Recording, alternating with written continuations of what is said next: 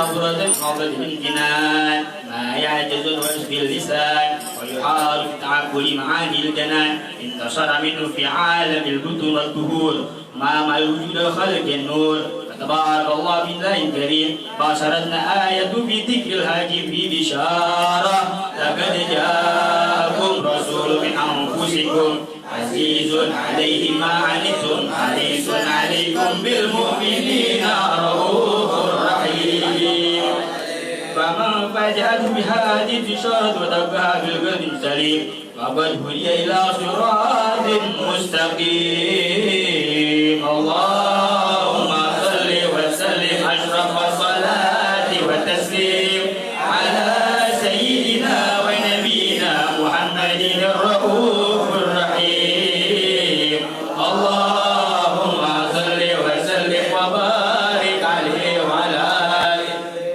اللهم صل وسلم وبارك عليه وعلى آله واشهد أن لا إله إلا الله وحده لا شريك له شهادة يعرض بها اللسان عما تلمع الجنان من التصديق بها والإذعان تدخل بها في الصدور من الإيمان قواعده وتلوح على أهل اليقين من سر ذلك الإذعان والتصديق شواهده واشهد أن سيدنا محمدا الأول الصادق في قوله وفعله والمبلغ عن الله ما أمره بتبليغ لخلقه من فرضه ونفله أفضل أرسل الله للعالمين بشيرا ونذيرا فبلغ الرسالة وأدى الأمانة وأتى الله به محمد بشر كثيرا فكان في ظلمة الجهل المستبشرين سراجا وقمرا منيرا فما ضمنها من الجدد ففضل بها على البشر وما عصاها من نعمة ينتشر سره في البحر والبر اللهم صل وسلم بأجل الصلاة وجمعها كالطية أوسائها على هذا الأمر الذي وفيه العبودية وظل في حماية الكمال وكرم حق الربوبية في مواطن خدمة الله وكفل عليه غاية الإقبال ولا يتصل بها الروح وصل عليه به فينبسط في قلبه النور سر تعلق به ربه فلتو بها بعناية الله بيده وعلى آله وصحبه الذين اتقوا صحوة المجد بقربه وتفيا ظلال الشرف وصفه بوده وحبه ما عطر للأكوان بنشر ذكراه ومنسيم اللهم صل وسلم أشرف الصلاة والتسليم على سيدنا ونبينا محمد الرؤوف الرحيم اللهم صل وسلم وبارك عليه وعلى آله اللهم صل وسلم وبارك عليه وعلى آله أما بعد فلما تعلقت إرادة الله في علم القديم بظهور أصل التخصيص للبشر الكريم بالتكريم والتكريم نفذت القدرة الظاهرة بالنعمة الواسعة والمنة الغامرة انخلقت بيد التصوير في العالم المطلق الكبير الجمال المشهود بالعين أو من وصف الكمال المطلق وخص التام والزين فتنقل ذلك الجمال الميمون في الأصال الكريمة والبطون فما من سلب ضامة إلا وتمت عليه من الله النعمة وهو القمر التام الذي يتنقل في بروجه ليتصرف به موطن استقراره وموضع خروجه وقد بدت الأقدار الأزلية بما قدت وأظهرت من سريحات وخصصت به من خصصت وكان مستقره في الأسلم الفاهرة والأنعام سليفة الطاهرة حتى برز في عالم السهالة بشرا لا كالبشر فنورا حير الأفكار ظهوره وبهار فتعلقت همة الراكب لهذه الخروف بأن يكتب في هذا القرطاس ما هو لديه من عجائب ذلك الكون المعروف وإن كانت الألسن لا تفي بوصف عشر أوصاف ذلك الموصوف تسويقا للسامعين من خواص المؤمنين وتنبيها للمتعلقين بهذا النور المبين وإلا فالناس والكلام شؤون خير الأنام ولكن أسأل إلى تدوين ما حفظه من سيار أشرف المخلوقين وما أكرمه الله به في مولده من الفتح الذي أما العالمين وبقيت رايته في الكون منشورة على مر الأيام والشهور والسنين داعي التعلق بهذه الحضرة الكريمة ولا يجوز التسوق إلى سماء أوصافها العظيمة ولعل الله ينفع به المتكلم والسامع ولعل الله ينفع به المتكلم والسامع ولعل الله ينفع به المتكلم والسامع فيدخلان في شفاعة هذا النبي الشافي ويتروحان بروح ذلك النعيم. اللهم صل وسلم واشرف الصلاة والتسليم على سيدنا ونبينا محمد الرؤوف الرحيم. اللهم صل وسلم وبارك اللهم صل وسلم وبارك عليه وعلى آله. وقد آن للقلم يخط مع حركته في الأنامل مما استفاده الفهم من صفات هذا العبد المحبوب الكامل وشمائل التي أحسن شمائل. وهنا حسنا تثبت ما بلغ إلينا في شأن هذا الحبيب من أخبار وآثار. يتشرف بكتابة القلب والقصاص وتنزه في حدائقه الأسماء والأبصار. وقد بلغنا في الأحاديث المشهورة أن أول شيء خلق الله هو النور المدعو في هذه السورة. ونور هذا الحبيب أول مخلوق وبرز في العالم ومنه تفرع الوجود خلقا بعد خلق فيما حدث وما تقدم. وقد أخرج عبد الرزاق بسند عن جابر بن عبد الأنصار رضي الله عنهما قال: قلت يا رسول الله بأبي وأمي أخبرني أول شيء خلق الله قبل الأشياء. قال: يا جابر إن الله خلق قبل الأشياء نور نبيك محمد صلى الله عليه وسلم من نوري. وقد ورد من حديث أبي هريرة رضي الله عنه أنه قال: قال رسول الله صلى الله عليه وسلم: كنت أول النبي في الخلق وآخرهم في البعث. وقد تعددت الرواية بأنه أول الخلق وجودا وأشرف مولودا. ولما كانت السعادة الأبدية لها ملاحظة خفية اختصت من شاءت من البرية بكمال الخصوصية. واستودعت هذا النور المبين أسلاب وبطون من شرفته من العالمين. فتنقل هذا النور من صلب آدم ونوح وإبراهيم حتى أوصلته يد العلم القديم إلى من خصصت بتكريم أبيه الكريم عبد الله بن عبد المطلب ذكر العظيم وأمه التي في المخاوف آمنة السيدة الكريمة آمنة.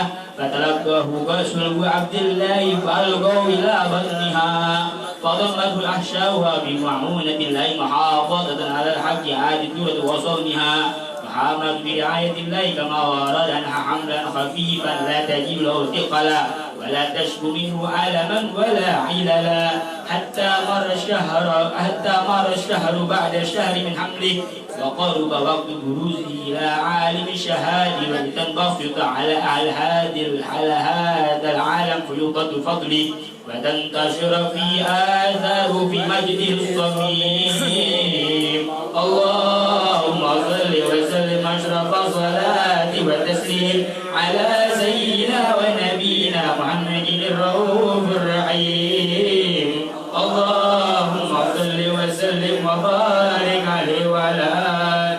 اللهم صل وسلم وبارك عليه وعلى آله. ومنذ علقت به هذه الذرة المكنونة وجوهرة موصولة والقول كله ويصبح ويمسي في سرور وابتهاج بقرب ظهور إسراكها تسيرات والعيون متشوقة إلى بروزه متشوقة إلى انتقاد جواهر كنوزه. وكل دابة لقريش نطقت بفصيح العبارة معلنة بكمال البشارة. وما من حامل حملت في ذلك العام إلا أتت بحملها بغلا من بركة وسعادة هذا الإمام. ولم تزل الأرض والسماوات إذا لم يحضر بيت الفرح بملكة أشرف البريات وبروزه من عالم الخفاء إلى عالم الظهور بعد تنقله في البطون والظهور.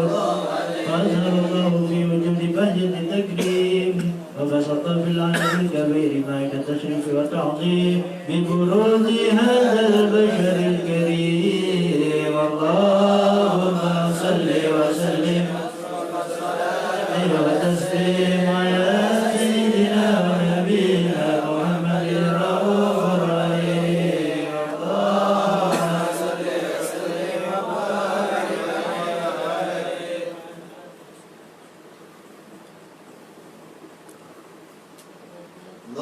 صل وسلم وبارك عليه وعلى آله فإن قرب وجه هذا الحبيب علنت السماوات والأرضون ومن فيهن بالترهيب أمطار الجود إلهي على أهل الوجود تزيد وألسنة الملائكة بالتبشير للعالمين تعيد سبحان الله والحمد لله ولا إله إلا الله الله أكبر سبحان الله والحمد لله ولا إله إلا الله الله أكبر سبحان الله والحمد لله ولا إله إلا الله الله أكبر القدرة كشفت إلى هذا المستور ليبرز نوره كاملا في عالم الظهور نورا فاق كل النور وانفذ الحق حكمه على من أتم الله عليه النعمة من خواص الأمة يحضر عند وجهه أمة تأنيسا لجنابها المصعود ومشاركة لها في هذا السمات الممدود فحضرت بتوفيق الله سيدة مريم وسيدة آسيا ومعهما من الحور العين من قسم الله له من الشرف بالقسمة الوافية فهذا الوقت الذي رتب الله على حضوره وجود هذا المولود فانفرق صبح الكمال من النور عن عمود وبرز حامد المحمود مذعنا لله بالتعظيم والسجود صلى الله على محمد صلى الله عليه وسلم صلى الله على محمد صلى الله عليه وسلم يا نبي سلام عليك يا رسول سلام عليك يا حبيب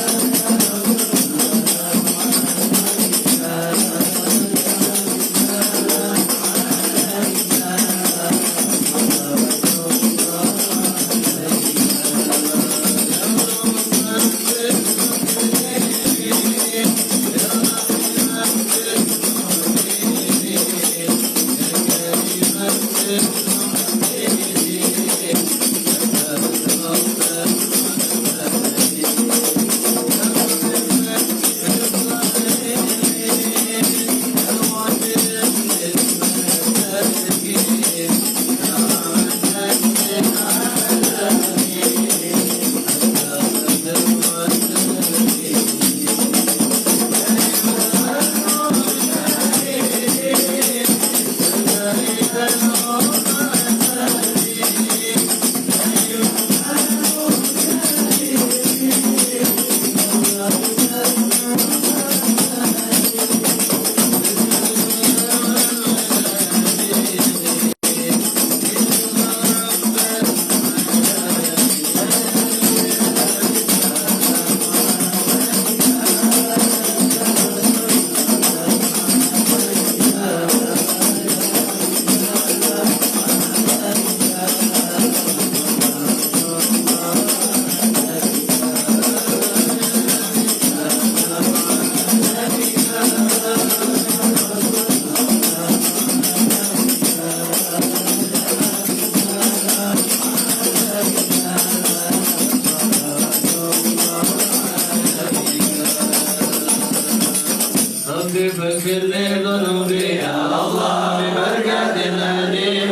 محمد يا الله ربي فاغفر لي ذنوبي يا الله ببركة الهادي محمد يا الله بجاه طه الرسول يا الله بفاطمة البتول يا الله اجر ربنا بالقبول يا الله وهب لنا كل صول يا الله اجر ربنا بالوصول يا الله إلى تمام معمول يا الله اجر ربنا بالحصول يا الله على محبة الرسول يا الله ربي فاغفر لي ذنوبي يا الله ببركة الهادي محمد يا الله يا نبي سلام عليك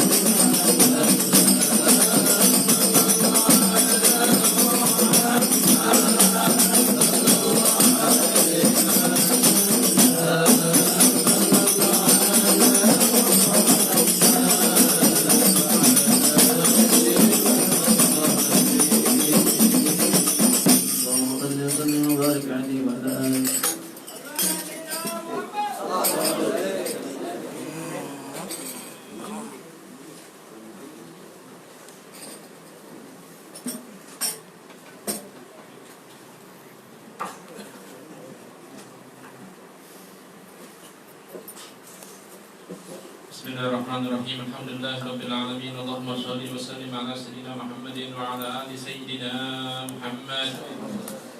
ولما نزل الفكر من دراري الأوصاف المحمدية وقودا توجهت إلى الله متوسلا بسيدي وحبيبي محمد صلى الله عليه وسلم أن يجعل سعي فيه مشكورا وفعلي فيه محمودا وأن يكتب عملي في الأعمال المقبولة وتوجهي في التوجهات الخالصة والصلات الموصولة.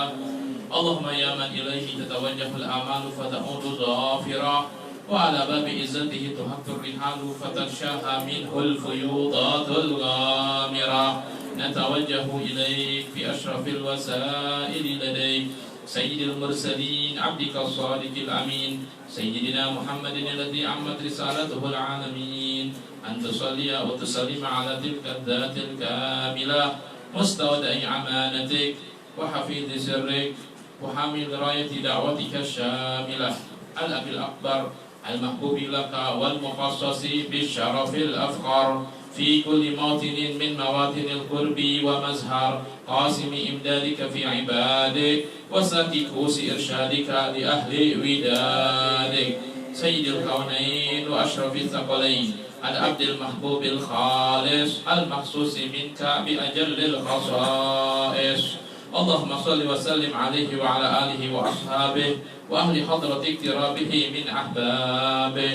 اللهم إنا نقدم إليك جاه هذا النبي الكريم ونتوسل إليك بشرف مقامه العظيم أن تلاحظنا في حركاتنا وسكناتنا بعين عنايتك وأن تحفظنا في جميع أطوارنا وتقلباتنا بجميل رعايتك وحصين وقايتك وأن تبلغنا من شرف القرب إليك وإلى هذا الحبيب غاية آمالنا وتتقبل منا ما تحرقنا فيه من نياتنا وأعمالنا وتجعلنا في حضرة هذا الحبيب من الحاضرين وفي طرائق اتباعه من السالكين ولحقك وحقه من المعدين ولأهدك من الحافظين. اللهم إن لنا أطمعا في رحمتك الخاصة فلا تحرمنا وذنونا جميلة هي وسيلتنا إليك فلا تخيبنا.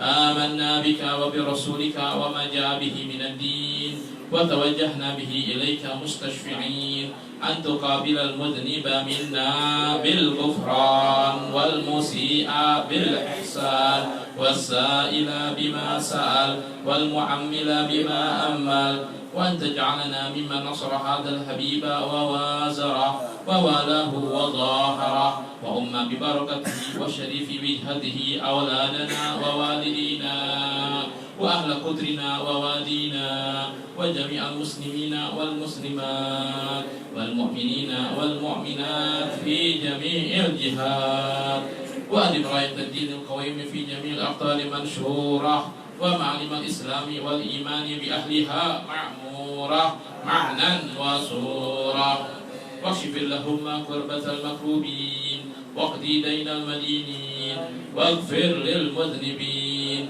وتقبل توبة التائبين وانشر رحمتك على عبادك المؤمنين أجمعين واكف شر المعتدين والظالمين وابسط الأدل بولاة الحق في جميع النواحي والأقطار وأيدهم بتأييد من عندك ونصر على المعاندين من المنافقين والكفار واجعلنا يا رب في الحصن الحصين من جميع البلايا وفي الحرز المكين من الذنوب والخطايا وأدمنا في العمل بطاعتك والصدق في خدمتك قائمين وإذا توفيتنا فتوفنا مسلمين مؤمنين واختم لنا منك بخير أجمعين وصل وسلم على هذا الحبيب المحبوب للأجسام والأرواح والقلوب وعلى آله وصحبه ومن إليه منسوب وآخر دعوانا أن الحمد لله رب العالمين. سيد الفاتحة.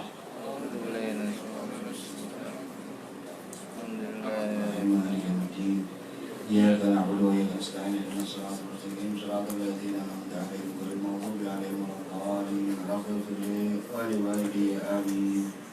السلام عليكم ورحمة الله وبركاته. Bismillah, alhamdulillah, wassalatu wassalamu ala rasulillah wa ala alihi wa ashabihi wa mawalah wa la hawla wa la quwwata illa billah. Rabbi syrah li sadri wa yassir li amri wa hlul 'uqdatam min lisani yafqahu qawli. Rabbi zidna ilman warzuqna fahman wa atina hikmatan. Allahumma barik lana fi majlisina hadza bi rahmatika ya arhamar rahimin. Ahlan wa sahlan wa marhaban bi hudurikum wa bi qudumikum. Bagi ucapkan kepada para asatidzah dan juga para jamaah sekalian rahimakumullah. Alhamdulillah wa syukurillah, tsumma alhamdulillah wa syukurillah. Pada malam hari ini kita dapat kembali berkumpul bersilaturahim dalam rangka menghadiri, mengikuti, memeriahkan, menyemarakkan, mensyiarkan majlis rutinan yang rutin diadakan di Majlis Ta'lim wal Aurat ini. Dan mudah-mudahan hadirnya kita pada malam hari ini terhitung sebagai amal ibadah kita di sisi Allah Subhanahu wa taala, dan semoga Allah Subhanahu wa taala balas dengan berbagai macam kebaikan yang berlipat ganda. Dan juga semoga kehadiran kita pada malam hari ini pun terhitung sebagai silaturahim di antara kita sekalian, sehingga dengan silaturahmi ini yang tadinya tidak saling kenal jadi saling kenal, yang udah kenal jadi makin akrab, yang udah akrab insyaallah tidak lagi ragu-ragu untuk saling tolong menolong, bantu membantu, dukung mendukung dalam kebaikan dan juga dalam ketakwaan, semata-mata hanya untuk menggapai ridhonya Allah Subhanahu wa taala.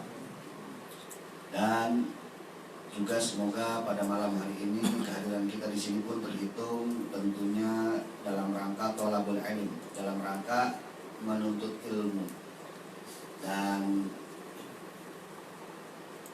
semoga kita dianugerahkan oleh Allah Subhanahu wa taala ilmu yang manfaat buat diri kita, manfaat buat keluarga kita, manfaat buat rumah tangga kita, manfaat buat kerjaan kita, manfaat juga buat agama kita tentunya, buat dunia kita dan juga buat akhirat kita.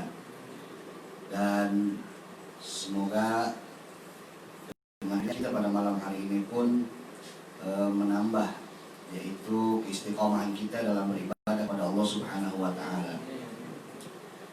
Wa billah rahimakumullah.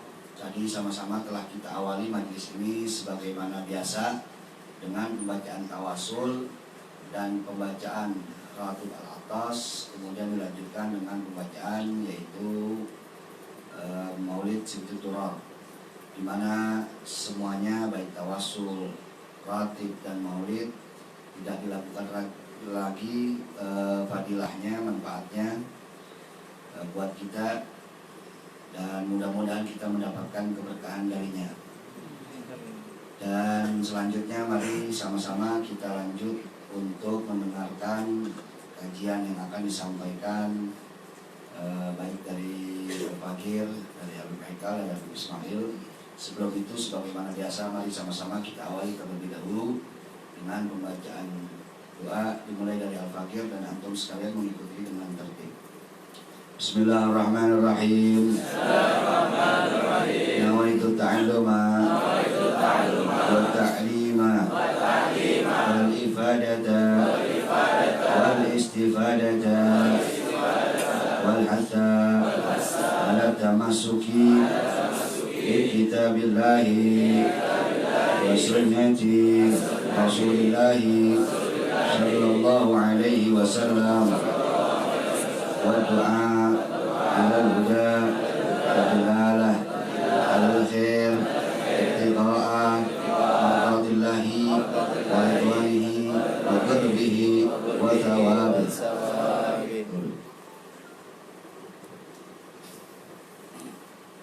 Assalamualaikum warahmatullahi ta'ala wabarakatuh.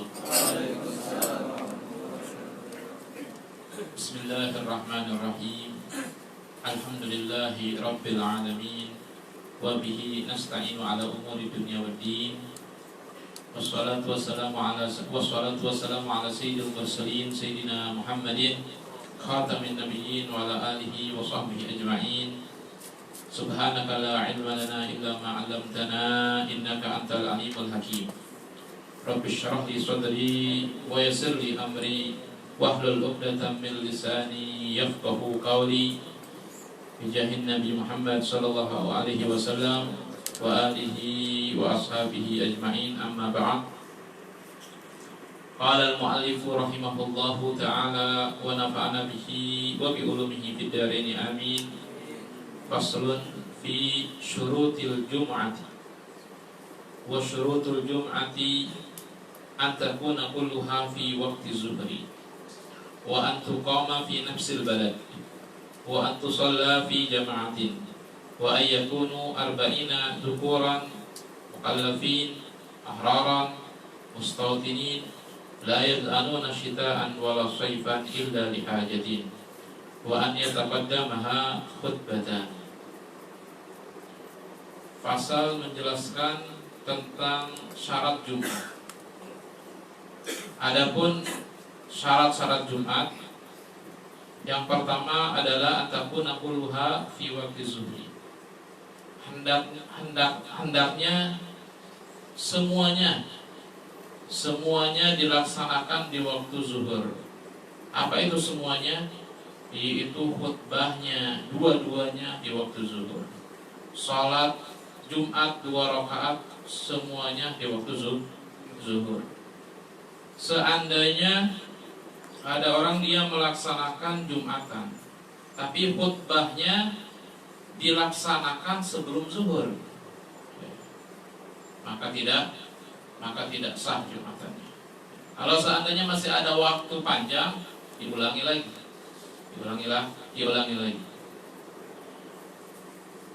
Ataupun sebagian khutbahnya di luar zuhur, sebelum zuhur, sebagiannya lagi di waktu zuhur, sama. Jadi semuanya harus dilaksanakan di waktu zuhur. Sampai salamnya semua, dari awal khutbah, rukun-rukunnya semua sampai akhir salam daripada sholat Jumat tadi itu. Jadi seandainya si imam dia salam, ketika dia salam, sholat zuhur waktu zuhurnya habis, dalam artian sudah masuk waktu asar, sama. Ini yang disebutkan ini adalah syarat-syarat sah Jumat. Berarti kalau tidak memenuhi syarat, Jumatnya tidak sah. Itu yang pertama. Yang kedua, wa antuqama fi nafsil balad. Hendaknya dilaksanakan sholat Jumat itu di dalam daerah. Jadi jangan sampai melaksanakan sholat Jumat, misalkan melaksanakan sholat Jumat di masjid, maka masjidnya itu harus di dalam daerah. Nah, kalau zaman dulu itu setiap daerah itu ada benteng. Setiap daerah ada benteng, ada pagar. Tidak boleh melaksanakan Jumat kecuali harus di dalam benteng. Tidak boleh melaksanakan Jumat di luar benteng. Jadi harus di dalam negeri, di dalam benteng itu. Itu syarat yang kedua. Terus syaratnya juga wa antu shalla fi jama'atin. Hendaknya sholat Jumat itu dilaksanakan berjamaah. Apakah 2 rakaat harus berjamaah? Tidak. Disyaratkan berjamaah yaitu di rakaat yang pertama. Mahallu ishtiratil jamaah fi rakaatil ula. Disyaratkan sholat berjamaah di dalam sholat Jumat itu hanya di rakaat pertama. Wala faraquhu ba'da sujudi tsani min rakaatil ula. Kalau seandainya si makmum ini dia ini meninggalkan niat mufaraqah, semuanya ninggalin imam setelah si imam itu sujud kedua daripada rakaat yang pertama, maka itu tidak. Terus setelah itu wati morok atas taniyah furada. Setelah itu si makmum itu menyempurnakan rakaat selanjutnya, rakaat kedua sendirian-sendirian. Itu sahhatil Jumat, itu jumatannya sah. Karena disyaratkan berjamaah ini hanya fi rakaatil ula, di rakaat pertama.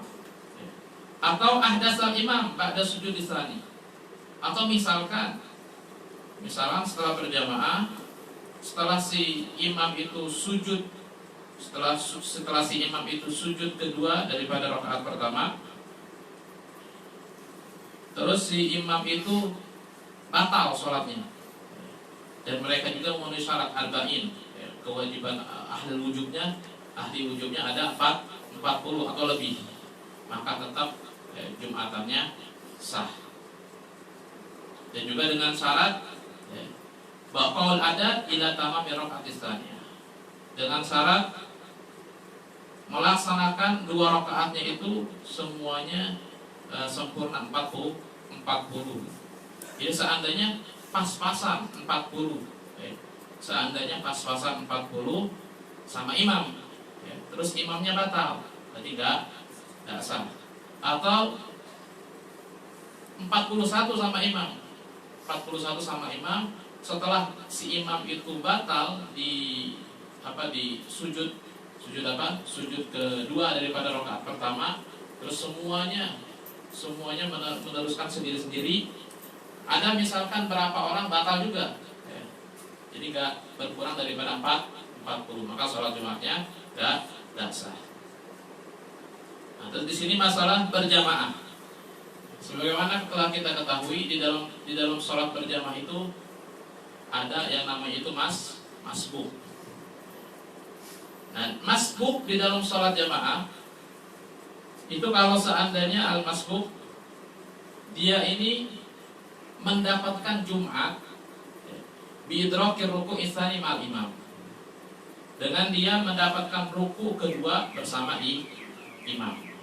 Jadi seandainya masbuk ini dia datang, si imam sudah sudah bangun dari rakaat pertama untuk ke rakaat kedua, terus si masbuk dia si makmum tadi takbir, kan masbuk ya.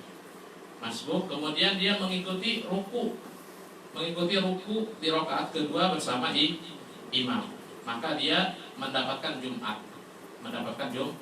Dalam artian ketika dia salam sholat Jumat berapa rakaat? 2 rakaat. Ketika si imam salam, berarti si makmum nambah 1 rakaat lagi. Nah, berbeda kalau seandainya masbuk tadi itu tidak mendapatkan ruku kedua daripada imam.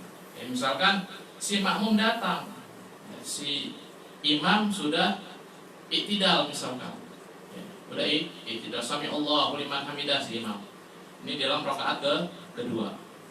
Makmum datang, maka si makmum itu tadi dia ini tidak mendapatkan Jumat, tapi sholatnya sah. Setelah salam si imam nerusin zuhur, jadi 4 rakaat. Makanya ada istilah ilgos, nawa bila sholat bila nawa. Dia niat Jumatan, tapi sholatnya bukan Jumatan. Sholatnya sholat zuhur. Sholat bila nawa, dia sholatnya sholat zuhur, tapi niatnya niat Jumatan. Terus lanjut syarat berikutnya, wa ayyakunu arba'ina dzukuran mukallafina ahraran mustaqinin la yad'anuna syita'an wa sayfan illa lihajatin. Hendaknya bilangannya tadi itu jamaahnya harus 40-nya harus laki-laki. Kalau di antara 40 ini ada perempuan, misalkan 35 laki-laki, 5 perempuan, maka lam akhiril Jumat, maka Jumatnya nggak dianggap. Terus mukallafin 40-nya balik akil. 40-nya balik akil. Seandainya 50 orang Jumatan, 15-nya anak kecil, berarti orang dewasanya berapa? 35 kurang daripada 40, maka lam akhir al-Jum'ah. Ahraran 40-nya merdeka. 40-nya merdeka. Jadi harus semuanya zukuran, mukallafin, ahraran, balik, akil. Mustaqinin La yad'anuna syita'an wala sayfan illa lihajatin. Dan 40-40-nya mustautin. Jadi ada mustautin, ada mukim. Jadi sebagaimana yang telah dijelaskan di pelajaran sebelumnya, mukim itu seperti apa? Ya, seperti orang-orang Cikarang yang pesantren di Bangil, itu mukim. Mereka ini bakal niat kembali ke Cikarang. Berbeda dengan mustautin. Mustautin ini baik itu dia musim panas, musim dingin, nggak akan. Misalkan ada orang apa? Ada orang Jawa Tengah, tinggal di Cikarang. Dia sudah menetap di mana? Di Cikarang.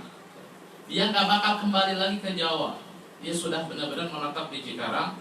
Walaupun musim dingin, musim panas, nggak bakal kembali lagi ke daerah aslinya misalkan. Nah, itu termasuk mustautin. Karena di zaman dulu itu ada namanya ahlul khiyam. Ahlul khiyam ini seperti orang-orang Badui. Orang-orang Badui ini dia ini tempat tinggalnya pindah-pindah. Misalkan ketika musim panas dia pindah ke Cikarang. Ketika musim panas dia pindah ke Bogor misalkan. Ketika musim dingin dia pindah ke Cikarang. Nah ini namanya bukan mustautin. Illa lihajatin, kecuali pindahnya itu tadi karena ada keperluan. Terus syarat berikutnya wa ayyataqaddamaha khutbatan. Hendaknya didahului Jumatan tadi itu dengan dua khutbah dulu, terus setelah itu Jumatan. Nah, ada tambahan satu syarat lagi yang tidak disebut di sini, yang disebut di kitab Safinatun Najah, wa alla tasbiquha wa la tuqarinuha Jum'atun fi dzalikal balad. Hendaknya tidak didahului dengan Jumatan yang lain di dalam satu tempat. Berarti dalam satu tempat itu ada dua Jumatan. Didahului dengan Jumatan yang lain, maka enggak sah Jumatan yang tadi yang ketinggalan. Misalkan Jumat masjid di sebelah sana dia lebih dulu, maka masjid yang sebelah sini enggak sah. Wala tuqarinah, atau di berbarengan, itu juga enggak sah. Jadi di dalam dua Jumatan ini, siapa yang duluan takbir, yaitu huruf ra Allahu Akbar. Siapa yang duluan takbir, ra Allahu Akbar, ra-nya itu siapa yang duluan, maka dialah yang sah. Yang telat, maka dia yang enggak sah.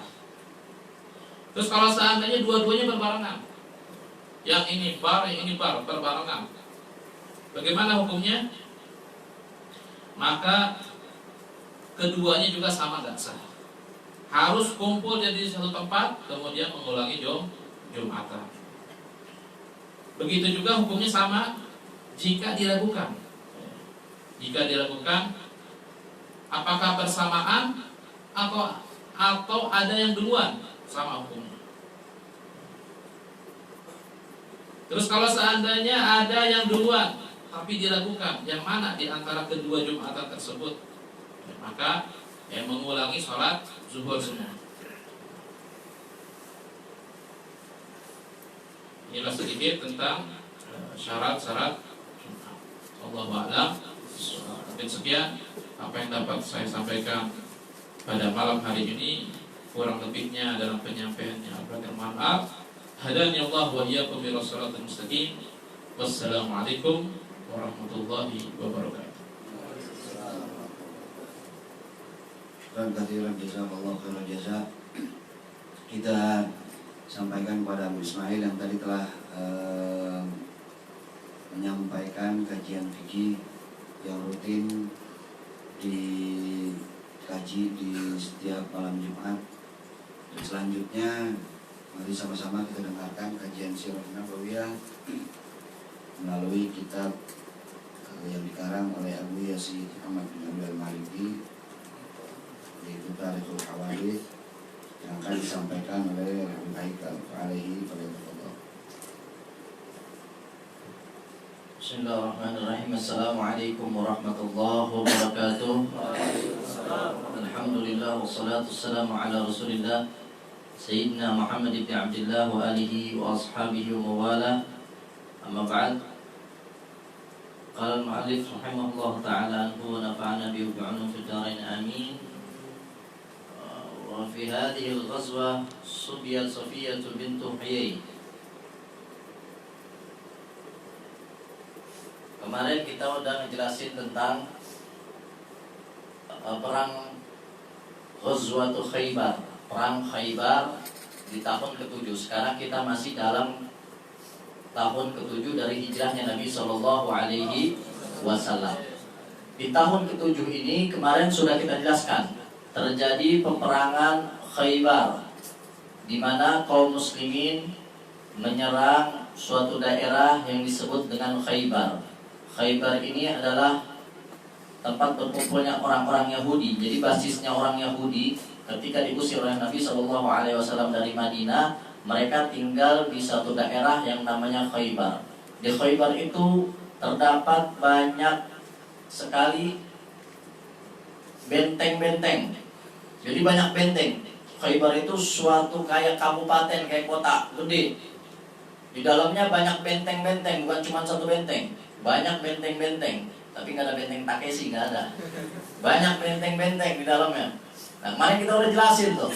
Kemarin kita udah jelasin satu persatu benteng ditaklukkan oleh kaum muslimin.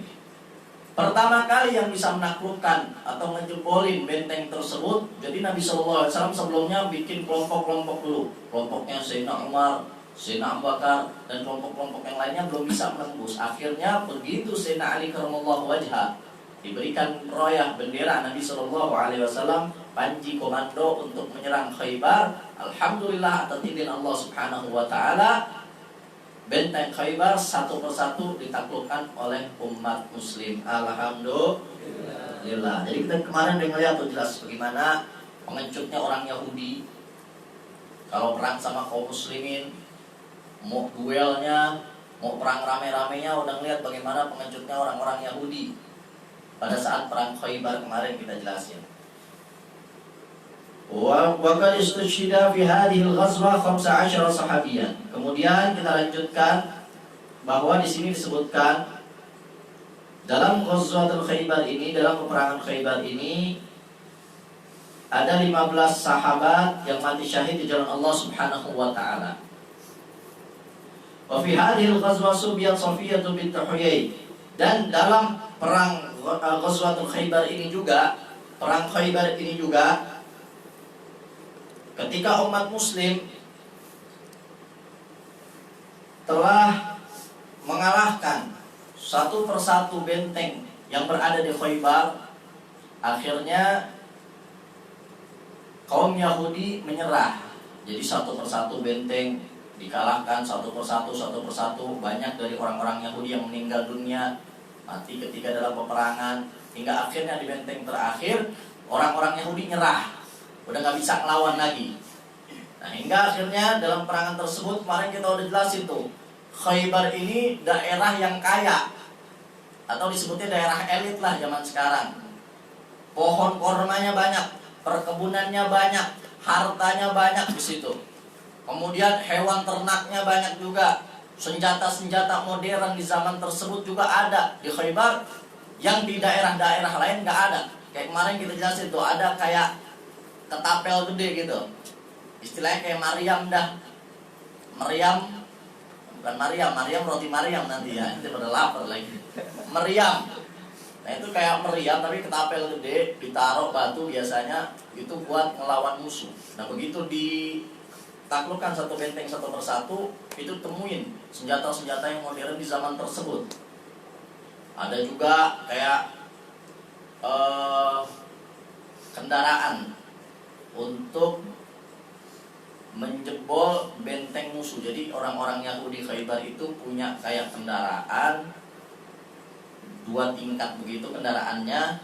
Nah itu kendaraan biasanya dipakai kalau nyerang daerah musuh. Kalau daerah musuh diserang, daerahnya ada bentengnya, itu dibawa tuh, ditempelin ke bentengnya. Nah orang-orang masuk ke benteng tersebut, naik ke kendaraan itu tuh, Jadi bisa nembus benteng tersebut.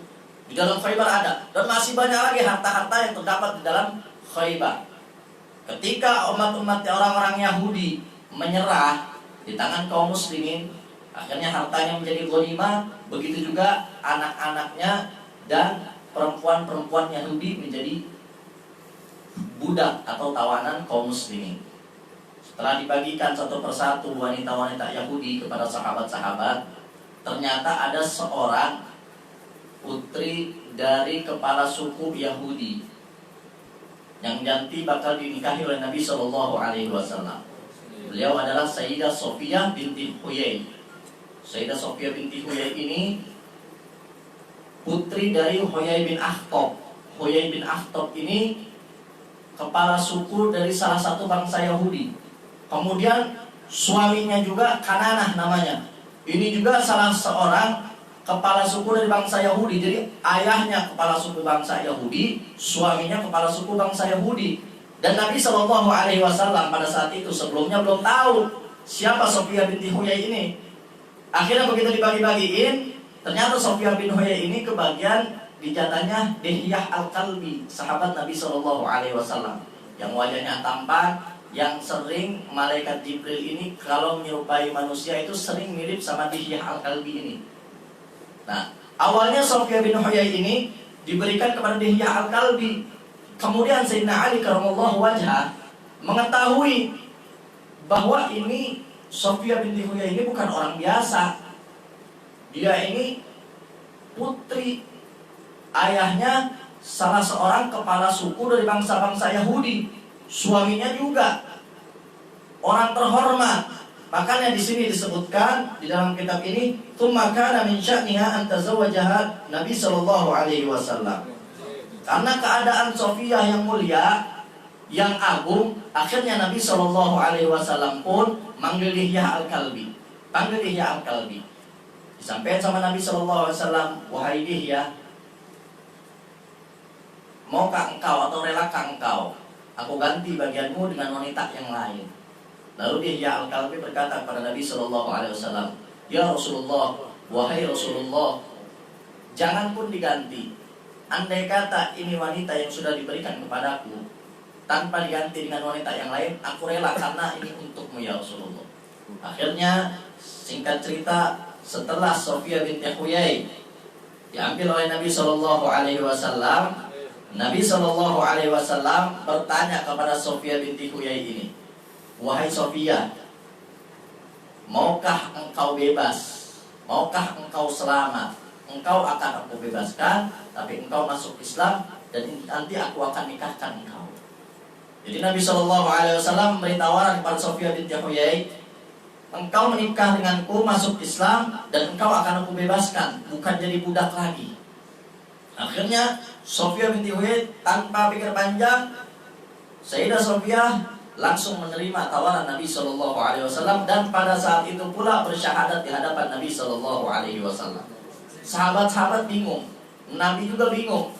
Kok bisa? Orang Yahudi ini biasanya orang paling teka, orang paling cengkal, paling gak mau menerima Islam. Padahal di antara mereka orang-orang Yahudi banyak yang tahu bahwa Nabi Shallallahu Alaihi Wasallam adalah seorang Nabi. Ini orang Yahudi banyak yang tahu bahwa Nabi Shallallahu Alaihi Wasallam itu betul-betul Nabi. Disebutkan dalam Taurat, pendeta-pendeta mereka tahu. Orang-orang Yahudi yang lain banyak juga tahu bahwa Nabi Shallallahu Alaihi Wasallam ini adalah seorang Nabi. Tapi mereka gengsi, mereka nggak mau bahwa Nabi terakhir yang diutus oleh Allah Subhanahu Wa Taala bukan dari bangsa Bani Israel. Nah ini, mereka udah tahu tuh, banyak dari orang-orang Yahudi juga yang mereka banyak tinggal di dekat-dekat Madinah, berharap nanti Nabi terakhir lahir dari keturunan Bani Israel. Tapi nyatanya bukan dari Bani Israel. Makanya walaupun mereka udah tahu bahwa Nabi Shallallahu Alaihi Wasallam adalah seorang Nabi, mereka nggak mau beriman saking gengsinya. Itu orang-orang Yahudi tuh tahu Nabi Shallallahu Alaihi Wasallam seorang Nabi, tapi mereka gengsi, nggak mau beriman kepada Nabi Shallallahu Alaihi Wasallam cuman gara-gara Nabi Shallallahu Alaihi Wasallam bukan dari bangsa Bani Israel. Nah sekarang banyak orang-orang kita yang sifatnya juga kayak orang-orang Yahudi, semi Yahudi, ya. Iya, tahu ulama ini benar, ulama ini hak memperjuangkan agama Allah Subhanahu wa taala. Tapi karena mereka gengsi, mungkin atau juga karena kepentingan pribadinya bisa terhambat, atau karena mereka nggak senang sama orang itu, memang pribadinya nggak senang, tapi tahu ulama tersebut adalah ulama yang benar-benar membela agama Allah Subhanahu wa taala, ulama yang berjalan-jalan yang hak, tapi karena gengsinya mereka nggak mau ikut sama ulama tersebut. Banyak apa nggak yang kayak gitu? Banyak ya. Nah itu semi Yahudi namanya tuh, Yahudi nanggung. Nah, jadi Yahudi itu begitu. Bahkan dalam Al-Quran, ya'rifunahu kama ya'rifuna abna'ahum. Mereka orang-orang Yahudi tahu Nabi Shallallahu Alaihi Wasallam, kenal Nabi Shallallahu Alaihi Wasallam, tahu ciri-cirinya Nabi Shallallahu Alaihi Wasallam, sebagaimana mereka orang-orang Yahudi kenal anaknya sendiri. Artinya kenal banget Nabi Shallallahu Alaihi Wasallam dengan tanda-tanda yang mereka dapatkan dalam Taurat. Mereka tahu, oh berarti ini Nabi terakhir. Tapi karena gengsi mereka, karena nggak mau mereka, akhirnya mereka nggak beriman kepada Nabi Shallallahu Alaihi Wasallam. Makanya ketika Sofia binti Huyai bersyahadat di hadapan Nabi Shallallahu Alaihi Wasallam, tanpa pikir panjang, tanpa lama-lama langsung bersyahadat, menerima tawaran dari Nabi Shallallahu Alaihi Wasallam, sahabat-sahabat pada bingung, kaget. Bahkan Nabi Shallallahu Alaihi Wasallam pun kaget. Ternyata kata Sayyidah Sofia, waktu aku kecil dulu emang pernah ayahku dan pamanku, ayahnya Huyai bin Akhtab, pamannya Yasar bin Akhtab. Ini keduanya orang pintar, pendeta orang-orang Yahudi. Tidak pernah ngomongin Nabi Shallallahu Alaihi Wasallam di hadapannya bahwa itu adalah seorang nabi. Terus kita gimana? Kata ayahnya nih, kata ayahnya Sofia. Kata Yasir, pamannya Sayyidah Sofia, tetap aneh nggak mau beriman, walaupun dia ada tahu dia nabi. Aneh pokoknya bakal jadi musuh dia katanya. Terus oh ya juga, ya udah kalau begitu aneh ngikut juga tuh. Lihat, padahal tahu, mereka berdua tahu Nabi Shallallahu Alaihi Wasallam adalah utusan Allah. Mereka berdua tahu bahwa Nabi Shallallahu Alaihi Wasallam adalah Nabi terakhir. Tapi karena gengsi dan nggak tahu, karena mereka nggak mau Nabi terakhir itu bukan dari golongan mereka, akhirnya mereka nggak mau beriman. Padahal mereka tahu. Nah dari situ kata Sofia binti Huyai, aku mendapatkan hidayah. Tahu Nabi Shallallahu Alaihi Wasallam sejak kecil, mengakui bahwa Nabi Shallallahu Alaihi Wasallam adalah Nabi. Makanya ketika ditawarkan oleh Nabi Shallallahu Alaihi Wasallam pada saat setelah perang Khaybar, Sayyidah Sofia langsung menerima, dan pada saat itu beliau menjadi Ummul Mukminin, ibunya orang-orang mukmin, ibunya kita semua, radhiyallahu taala anha wa ardhaha. Beliau ini wanita yang cerdas, pinter, cantik juga, perfect dah.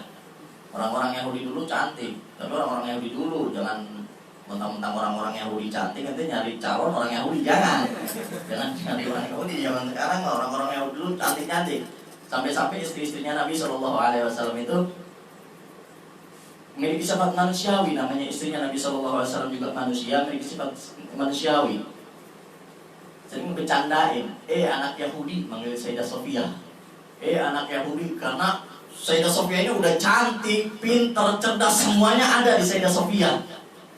Istri-istrinya Nabi yang lain manggil anak Yahudi. Sampai-sampai ini Sofia binti Huyai radhiyallahu taala anha warḍaha datang kepada Nabi Shallallahu Alaihi Wasallam, ngadu sama Nabi Shallallahu Alaihi Wasallam, ya Rasulullah, diceritain, aneh dipanggil begini begitu. Kata Nabi Shallallahu Alaihi Wasallam, wahai Sofia, nanti kalau ada lagi yang manggil engkau kayak gitu, bilang sama dia, ayahku adalah Nabi Harun, seorang nabi. Karena orang-orang Bani Israel itu nasabnya bin Huyai bin Akhtab terus nyambung kepada Nabi Harun alaihi salam. Ayahku adalah Nabi Harun, seorang nabi. Kemudian pamanku Nabi Musa, juga seorang nabi. Harun dan Nabi Musa adik kakak. Pamanku seorang nabi. Kemudian suamiku Nabi Muhammad SAW juga seorang nabi. Ayahku seorang nabi, pamanku seorang nabi, suamiku seorang nabi. Adakah di antara kalian yang kedudukannya sama seperti itu? Bingung semua. Diajarin nama Nabi SAW.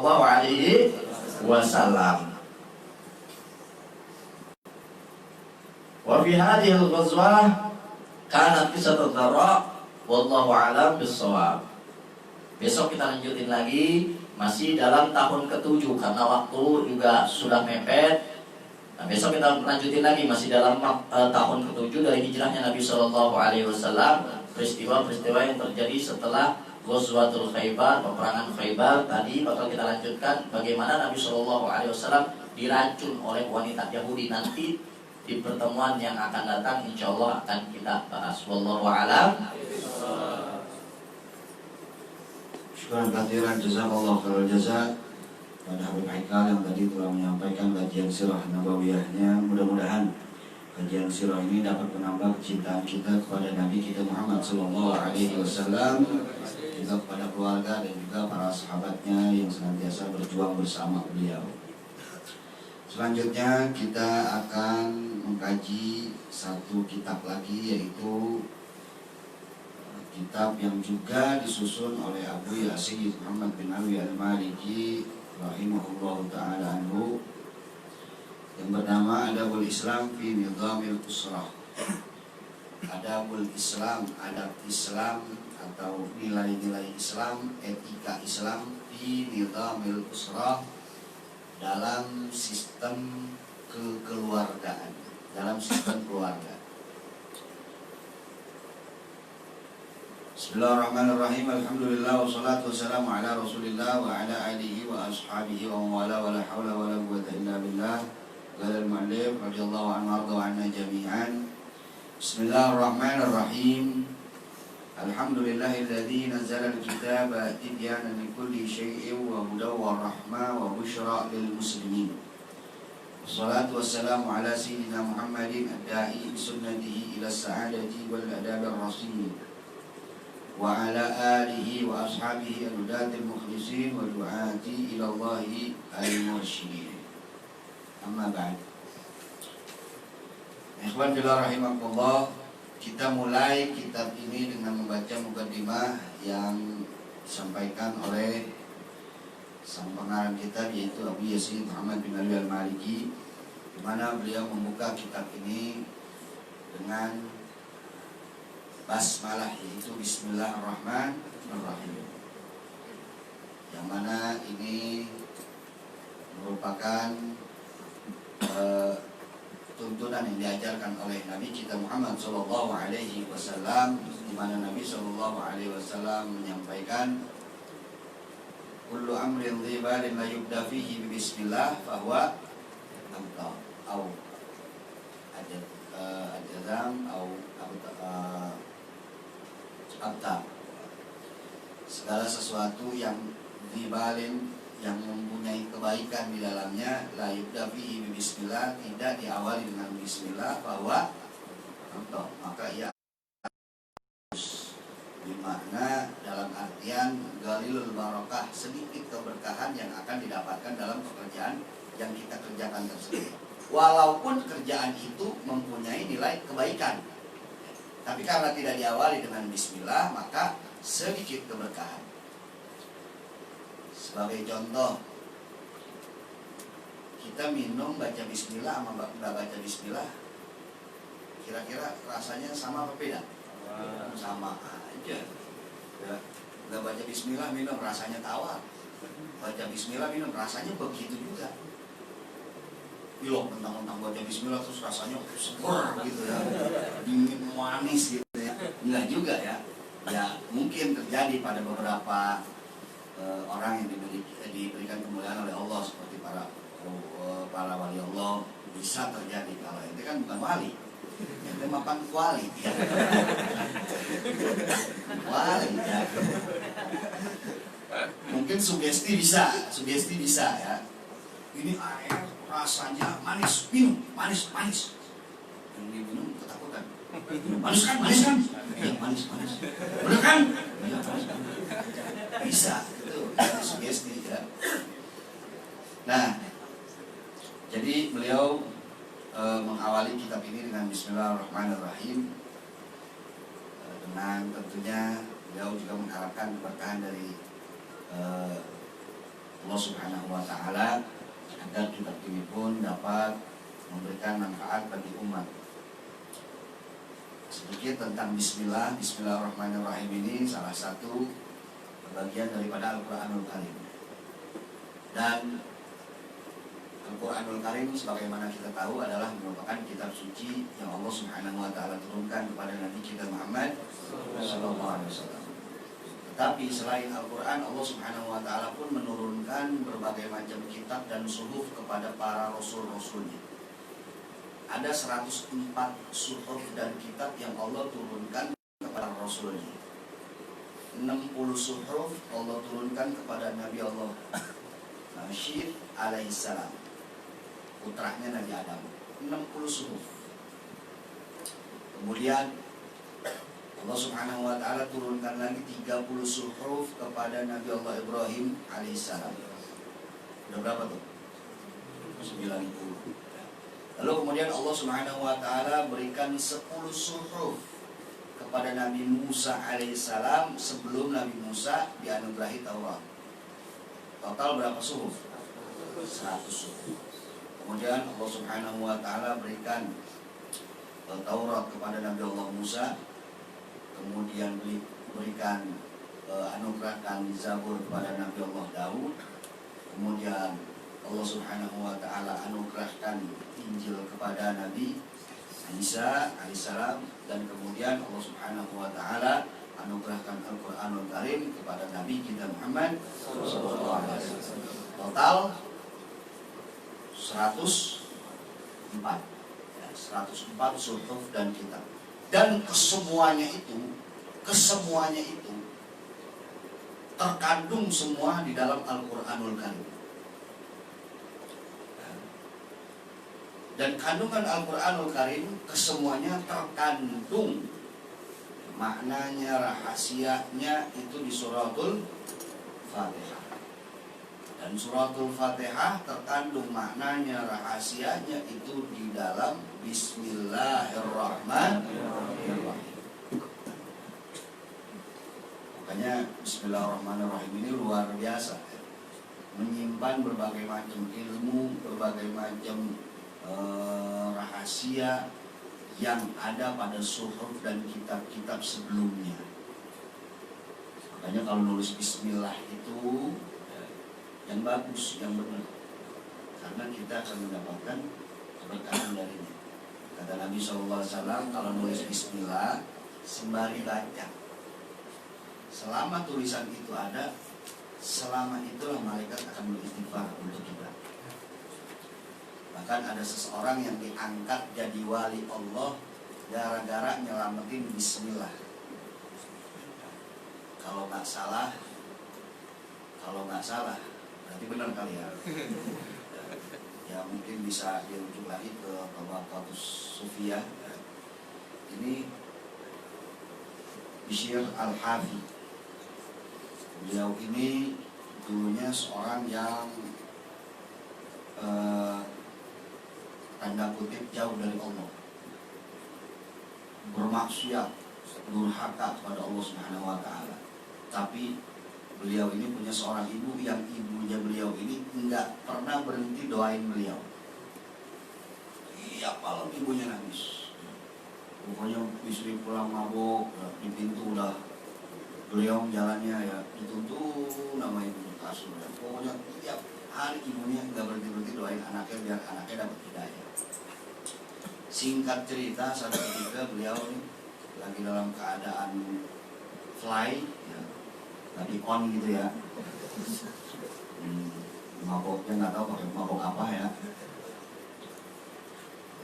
Lagi jalan, tahu-tahu beliau melihat ada secarik yang semacam entah itu kertas, entah itu kulit, ya. Yang jelas di situ ada tulisan Bismillahirrahmanirrahim.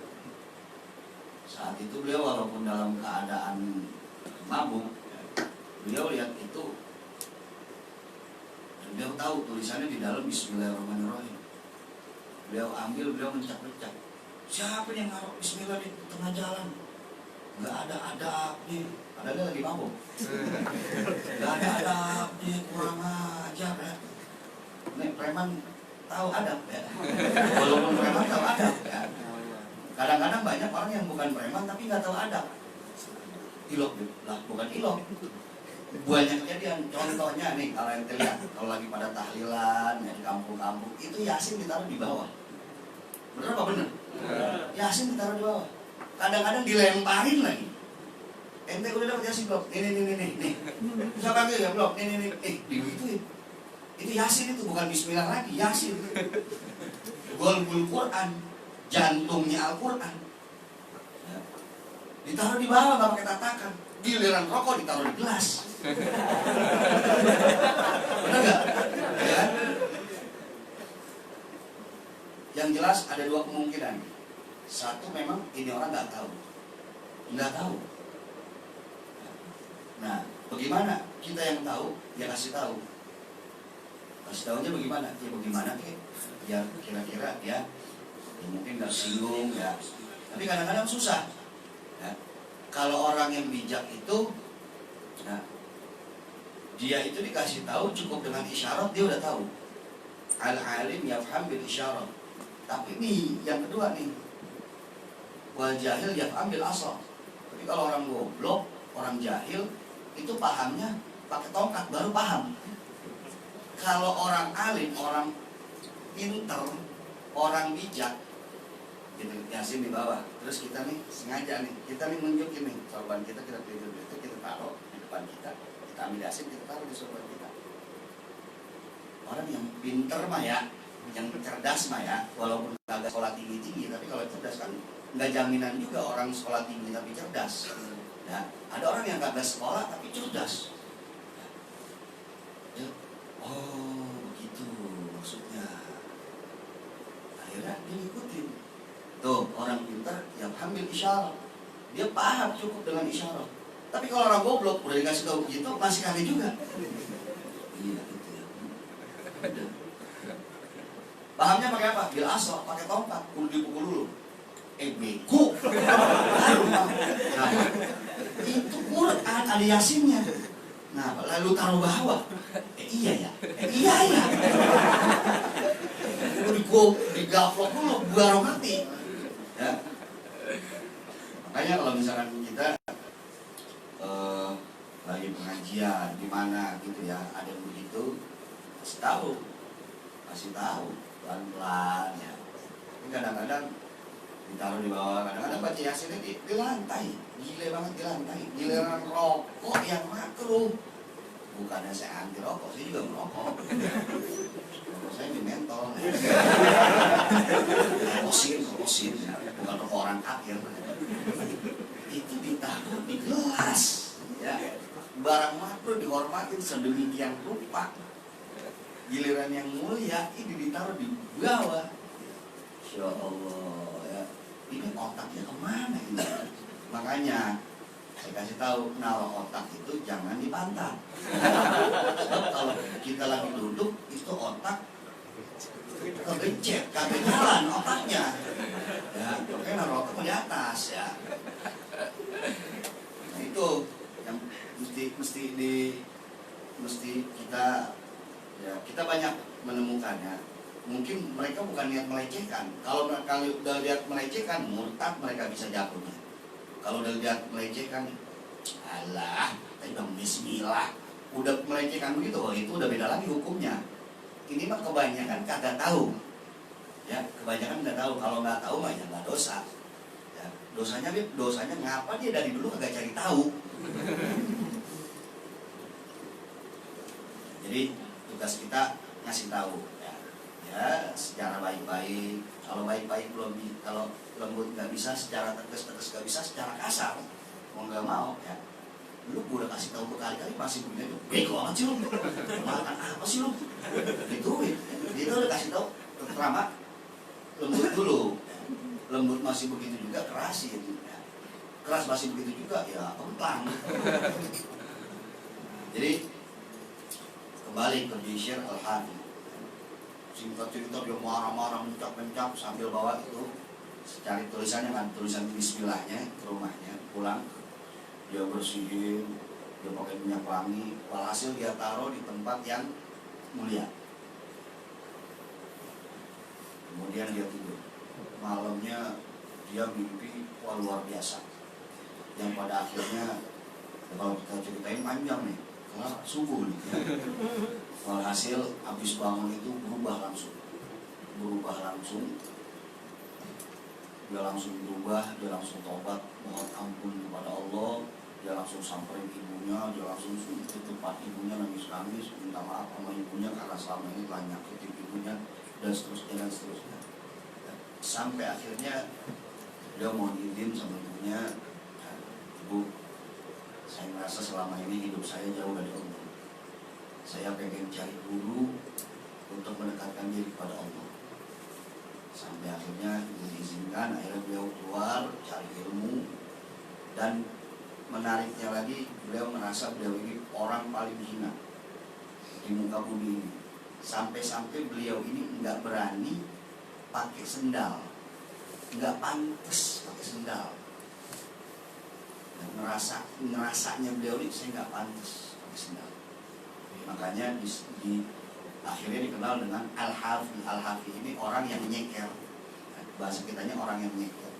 Dan di waktu selanjutnya beliau menjadi seorang wali besar yang menjadi rujukan umat di zamannya, bahkan di zaman sesudahnya.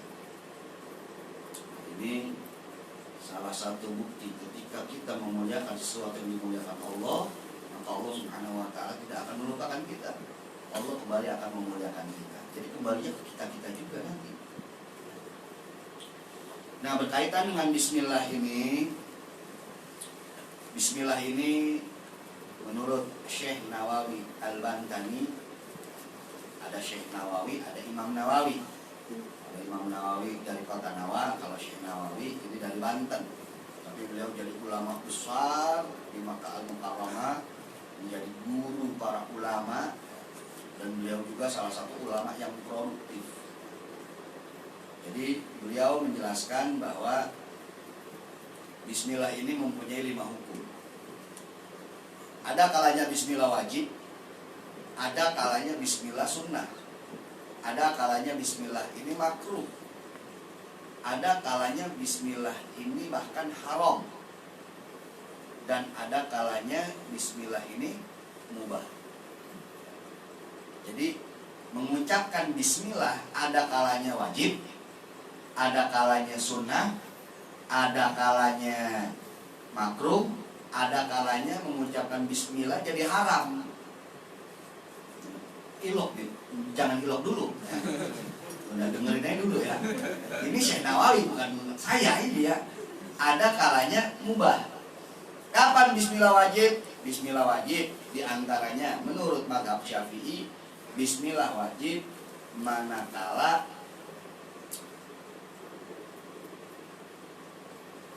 membaca Fatihah di dalam sholat di setiap rakaat dalam.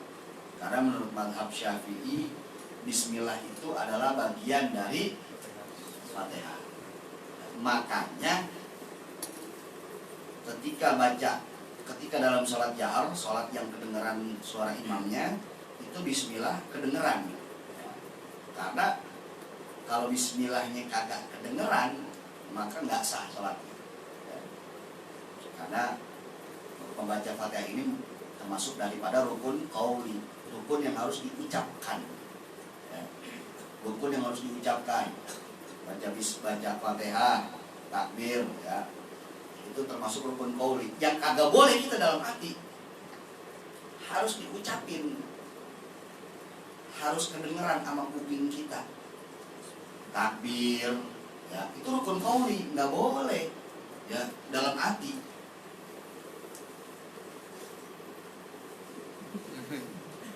Kita bisa ngapain?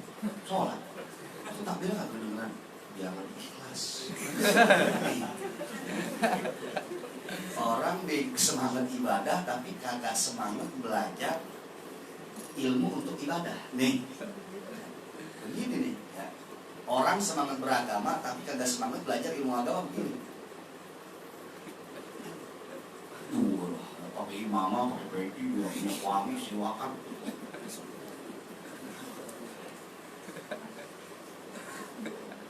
Ini apa? Dalam hati. Goblok ya tuh ya. Goblok ya. Allahu Akbar itu takbir itu kan rukun qauli ya. Qauli itu ucapan kudu dan tak kudu disuarain. Ya. Seberapa keras, Bib? Minimal kedengeran sama kuping kita sendiri. Allah, cukup. Jangan kudu kedengeran sama yang lain. Wow, apa? Yang belakang belum kedengeran, kurangin lagi. Tadi denger gak anak kakek? Kurang. Cukup untuk sama kita aja, jadi mesti disuarain. Nggak boleh nggak bersuara. Nah, itu nanti bahasa fikih sama Ismail ya. Dan itu udah dibahas sebetulnya ya. Nah, jadi itu yang pertama wajib. Kemudian ada kalanya bismillah itu sunnah. Kapan bismillah sunnah? Ketika melakukan pekerjaan sunnah. Macam-macam, kayak misalkan kita nih duduk di majlis Bismillahirrahmanirrahim, mau baca kitab Bismillahirrahmanirrahim dan seterusnya, itu sunnah. Nah. Kemudian kapan makruh? Baca bismillah makruh ketika kita mau melakukan pekerjaan yang makruh. Contohnya apa, Bib? Contohnya makan jengkol. Makan jengkol makruh enggak? Rokok Bismillahirrahmanirrahim.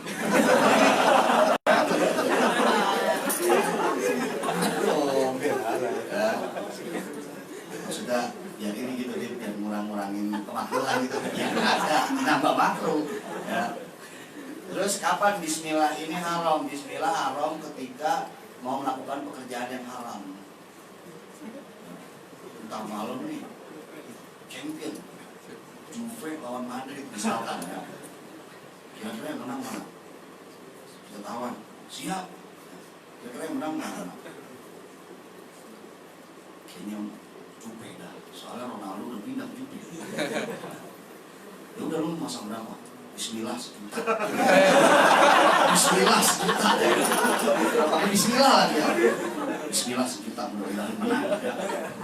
Pakai bismillah dosa ente ya. Itu sama aja melecehkan bismillah ya. Haram hukumnya. Dan kemudian kapan bismillah itu mubah? Bismillah mubah ketika kita melakukan pekerjaan yang mubah. Lagi duduk, habis duduk bangun Bismillahirrahmanirrahim. Ya kayak gitu ya. Lagi dorong motor Bismillahirrahmanirrahim gitu ya. Tetapi ya, sesuatu yang mubah kalau kita niatkan untuk ibadah, nilainya bisa jadi ibadah ya. Makanya niat fardul ada wal ibadah. Niat itu bisa membedakan antara kebiasaan dengan ibadah. Ente tiap hari mandi, walaupun maaf nggak junub, tiap hari mandi kan ya? Enggak, sama aja ya. Tiap hari mandi walaupun kagak nggak junub ya. Mandi nggak mandi dosa nggak? Ya enggak, mubah bahasanya ya. Tapi kalau kita mandi diniatin, ya Allah saya mandi biar seger ntar ngaji, biar semangat, biar sholat lebih khusyuk.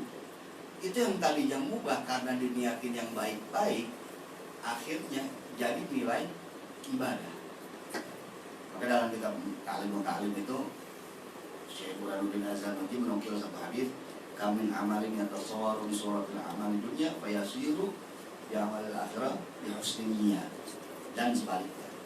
Berapa banyak amalan-amalan yang orientasinya orientasi dunia, tapi karena niatnya baik berubah jadi amalan akhirat. Contoh orang dagang di pasar. Pasar itu tempat yang paling Allah murkai di satu kota, itu pasar. Tempat yang paling Allah gak senang dalam satu negeri itu pasar-pasarnya. Dan tempat yang paling Allah sukai di satu negeri itu adalah masjid-masjidnya. Kita dagang misalkan di pasar, orientasinya dunia kan ya, dagang. Tapi karena niatnya benar, ya Allah saya dagang ini supaya saya terhindar dari melakukan pekerjaan yang haram. Saya dagang ini ya Allah supaya saya bisa membiayai anak istri saya. Saya dagang ini ya Allah supaya bisa membiayai anak saya yang lagi mondok, yang lagi belajar dan lainnya. Ya Allah saya ini dagang supaya saya dapat lebih, saya bisa bantu misalkan membantu untuk syiar agama, pengembangan dakwah dan seterusnya. Ya Allah, saya ini dagang supaya saya dapat rezeki yang halal, sehingga saya bisa gunakan untuk hal-hal yang halal, untuk bantu orang dan seterusnya dan seterusnya. Itu yang terbaik. Orientasinya yang tadinya orientasi dunia, dagang, tapi karena niatnya bagus, berubah jadi amalan akhirat. Ya, berubah jadi amalan akhirat. Orang kerja ke PT, ya, ke PT, kerja itu orientasi dunia apa orientasi akhirat? Dunia. Tapi karena niatnya, ya Allah, saya kerja begini, ya Allah, karena saya pengen dagang kagak ada modal. Sedangkan saya harus biayai anak istri saya, keluarga saya. Ya Allah, saya kerja begini supaya saya dapat gaji, nanti dari gaji ini saya bisa bantu saudara-saudara saya. Saya bisa ini, saya bisa itu, saya bisa sedekah dan lain sebagainya. Yang tadinya orientasi dunia berubah karena niatnya baik jadi orientasi akhirat.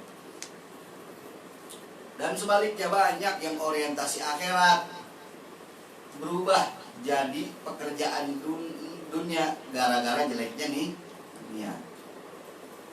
Orang berangkat haji, pergi haji, itu orientasinya dunia apa akhirat? Akhirat ya. Pergi haji.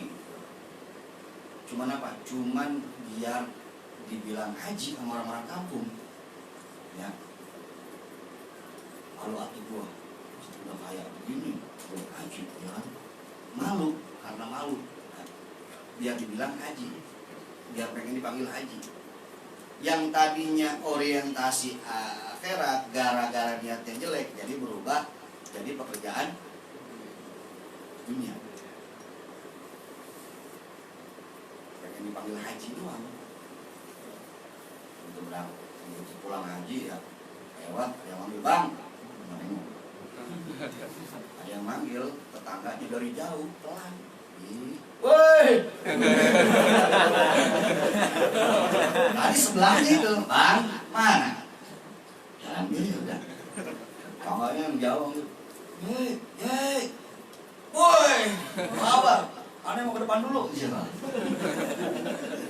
Gitu ya, pengen begitu doang ya. Atau misalkan menuntut ilmu, ya, biar pengen wontok gue jadi kiai. Ya. Ntar gue jadi kiai, ya, kalau gue keluar dari pondok kan gue punya ilmu banyak ya.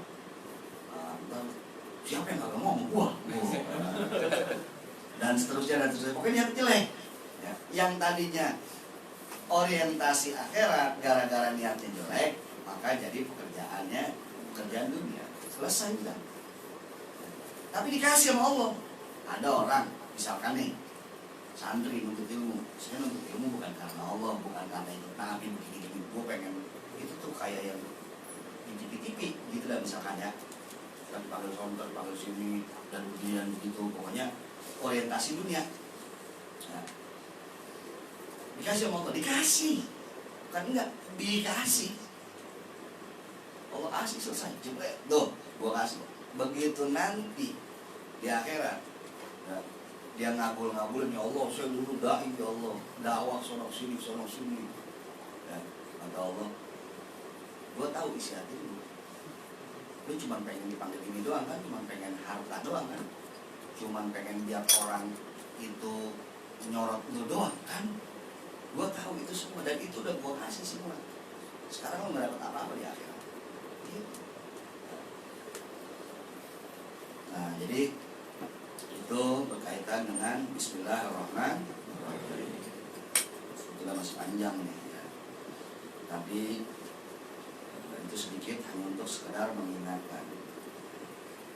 Kemudian beliau lanjutkan, alhamdulillahilladzi nazala al-kitab tibyanan likulli syai'in. Alhamdulillah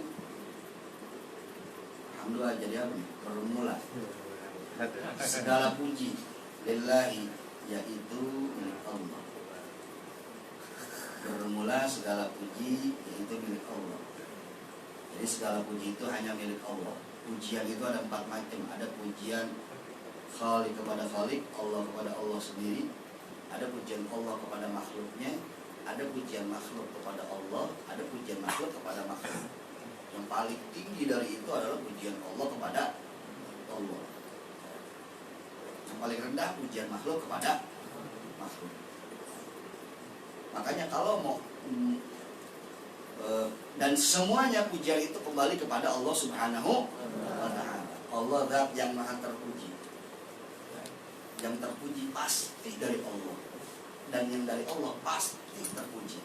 Makanya kalau mau memuji sesuatu atau seseorang, puji dulu zat yang maha terpuji. Karena seseorang atau sesuatu itu nggak akan terpuji kalau kagak Allah Subhanahu wa Ta'ala bikin dia terpuji. Jadi kalau kita melihat pemandangan bagus banget ya, sebelum kita memuji pemandangan itu, puji dulu. Yang bikin itu pemandangan jadi indah siapa? Allah Subhanahu wa Ta'ala. Subhanallah indahnya. Jika misalkan kita melihat seseorang yang ganteng atau cantik ya,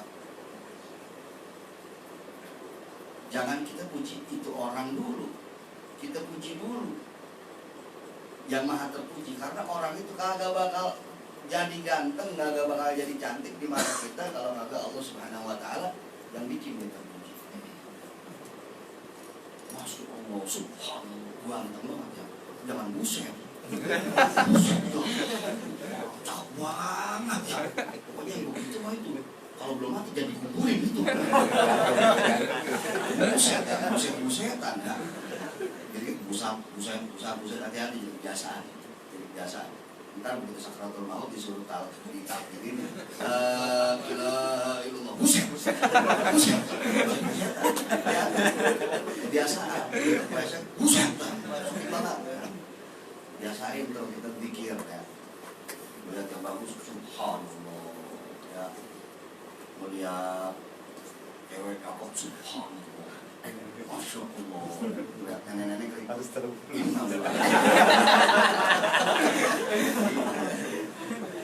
di segala puji hanya milik Allah Subhanahu wa Ta'ala. Kita juga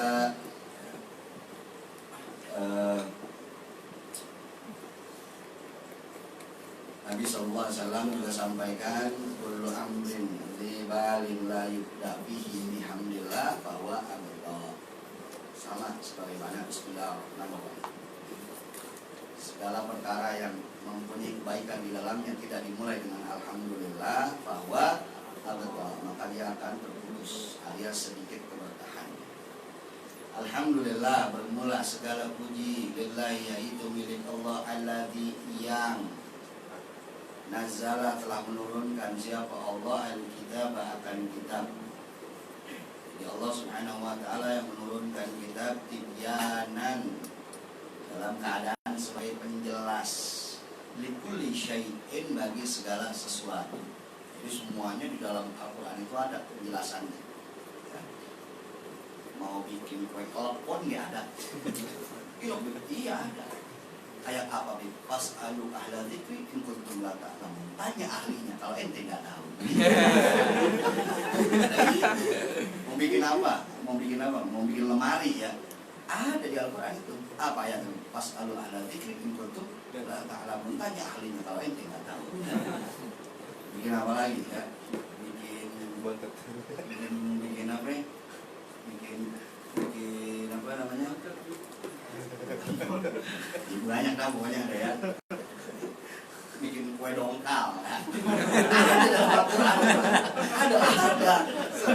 Apa itu? Fas'alu ahla dzikri in kuntum la ta'lamun. Tanya ahlinya kalau ente enggak tahu. Gitu Al-Quran ngajarin ya. Di Al-Quran ini penjelasan segala sesuatu, wahudan dan juga petunjuk, rahmatan dan juga rahmat, wa busyra lil muslimin, dan kabar gembira bagi orang-orang yang beriman.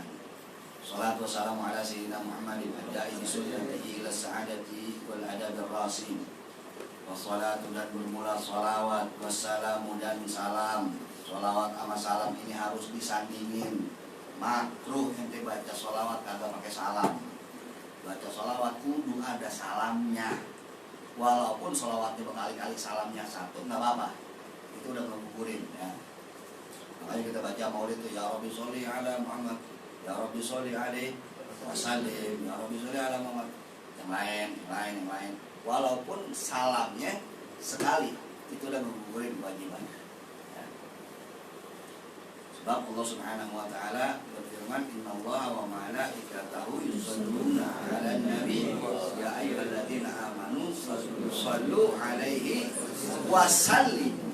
Dan berilah salam.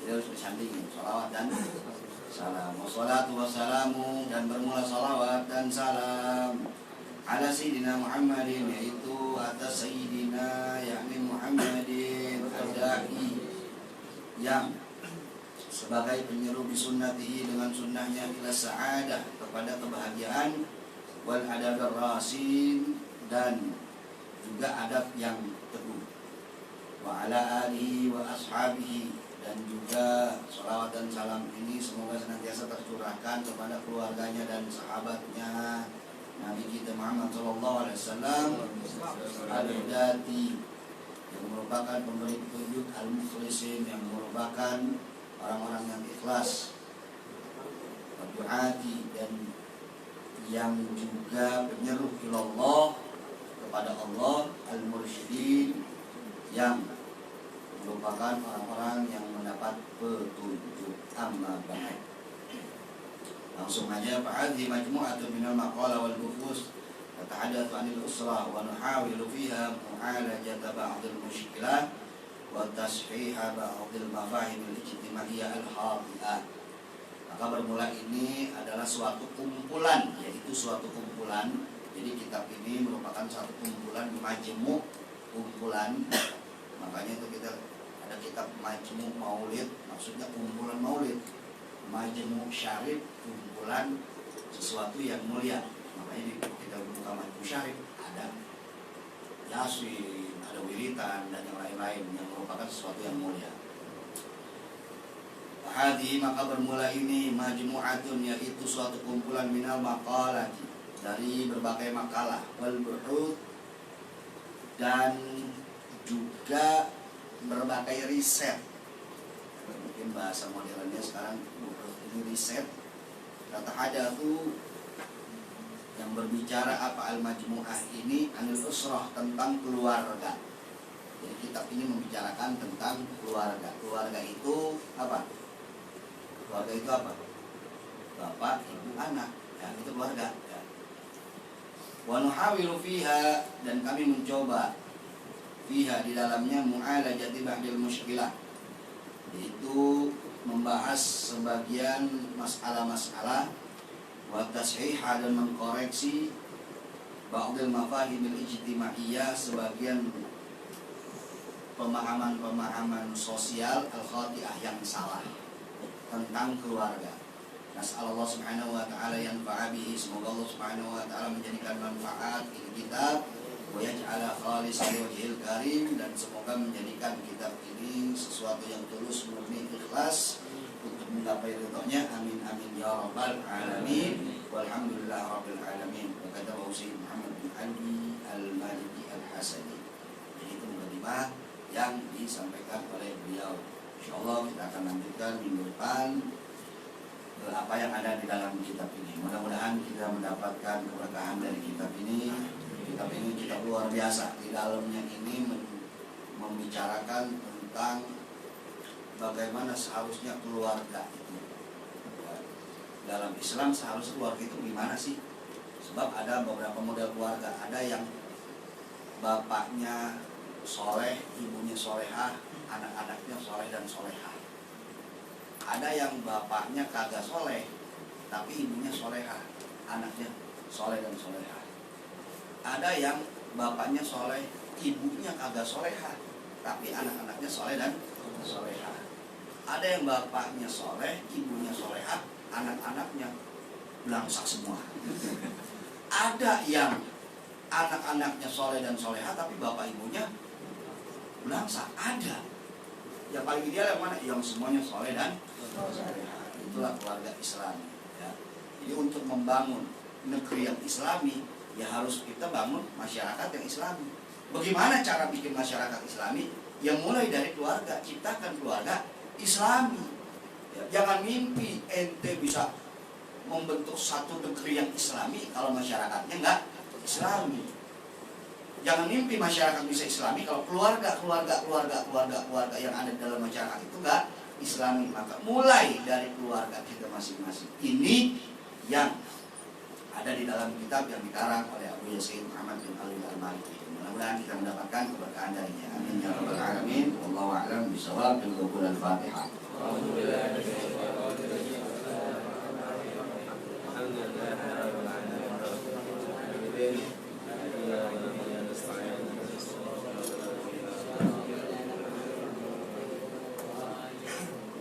Amin ya rabbal alamin. Bismillahirrahmanirrahim. Allahumma shalli ala sayyidina Muhammad wa ala ali sayyidina Muhammad. Allahumma ja'al man 'ala man arhamna wa ta'ala ba'di tuqurba masuma wa la تجعلنا وما فينا ولا معنا شيء ولا محروما ولا تدع في مجلسنا هذا ما إلا غفرته ولا عبادنا سطرته والحمد لله قلت والله من حيده ولا جاهلا إلا علمته ولا مريضا إلا شفيته ولا حاجة إلا قضيت بسطر برحمتك يا أرحم الراحمين يا أرحم الراحمين يا أرحم الراحمين ربنا اغفر لنا ولوالدينا وارحمنا كما ربينا صغارا ربنا آتنا في الدنيا حسنة وفي الآخرة حسنة وقنا عذاب النار ربنا تقبل منا إنك أنت السميع العليم وتب علينا إنك أنت التواب الرحيم صلى الله على سيدنا محمد وعلى آله وصحبه أجمعين الحمد لله رب العالمين. Bismillahirrahmanirrahim. Itu yang bisa Fakir sampaikan. Sebelum kita tutup, saya ingin menyampaikan informasi. Alhamdulillah, hingga minggu ini, hingga malam Jumat ini, tabungan emas kita, tabungan emas MTWA itu sudah mencapai 2,5 gram. Alhamdulillah. Bagi para jamaah yang juga yang ikut berpartisipasi, ikut berdonasi, ya, menyumbangkan emas untuk tabungan emas MTWA ini, silakan. Minimal 0,05 gram. Itu sekitaran nggak nyampe 70 ya, 60 sekian. Ya. Silakan bisa dibeli di Habib Ismail. Dan yang lainnya mungkin saja. Terus ntar buat apa bib emasnya? Buat apa gitu ya? Boleh tapi nyumbang dulu ya. Buat apa? Ya tentunya buat pengembangan dakwah. Anggap nih kita mau beli tanah 1 hektar. Ini analoginya ya. Anggap kita mau beli tanah 1 hektar. Cuman kalau kita beli sekaligus buruk 1 hektar kan kagak ada duitnya ya. Kagak ada duitnya. Terus bagaimana caranya biar itu tanah bisa kebeli? Ya udah nyicil semeter. Semeternya berapa, Bib? Taruh semeternya 70.000. Ya udah, Bib, saya ikut nyumbang, Bib. Saya nyumbang semeter. Ya. Saya Bib nyumbang, Bib, 10 meter. Saya Bib nyumbang, Bib, 100 meter. Kira-kira kayak begitu. Cuman ini bentuknya bukan tanah, tapi bukan nyicil emas, bukan nyicil emas. Kita mau beli emas 1 kilo, ayo nyicil, bukan. Ya, ini mah kita beli, Bib, saya mau nyumbang, Bib, buat MTWA, buat tabungan emas MTWA, berapa? Ya 0,05 gram aja ya udah. Oh Bib, saya alhamdulillah nih Bib, dapat ini kemarin dapat menang judi nih Bib. Saya mau nyumbang Bib, segram boleh gak Bib? Agak boleh, haram. Nyumbang aja ya di sini ya. Gitu ya. Jadi siapapun boleh ya. Yang penting halal dan tidak mengikat. Tidak mengikat. Bukan berarti ente mau, wah kan anda udah bantu belum begini. Yang bantu bukan lu doang. Ya. Kalau semuanya pada begitu arti berkita ya. Jadi halal dan tidak mengikat. Boleh siapapun ya. Dan ini tidak diwajibkan. Jadi saya belum bisa, nggak apa-apa. Jadi pasain, nggak diwajibkan ya. Nggak bisa sekarang ya, nanti minggu depan, bulan depan, tahun depan ya. Ente nggak bisa, mungkin anak ente bisa, nggak apa-apa ya. Jadi nggak diwajibkan, bukan berarti wah nggak nyumbang nggak boleh ngaji, nggak gitu. Yang ngaji sini mah yang dari dulu nih gratis ya, gratis tanpa dipungut biaya. Ya, jadi itu mah sekedar untuk pengembangan dakwah aja ya, supaya ente punya aset berupa emas. Kalau emas ini kan nggak ngalamin inflasi, belum ngerti kan inflasi. Sekolah, inflasi itu kadang-kadang suka bisa dicampur sama sambel ya.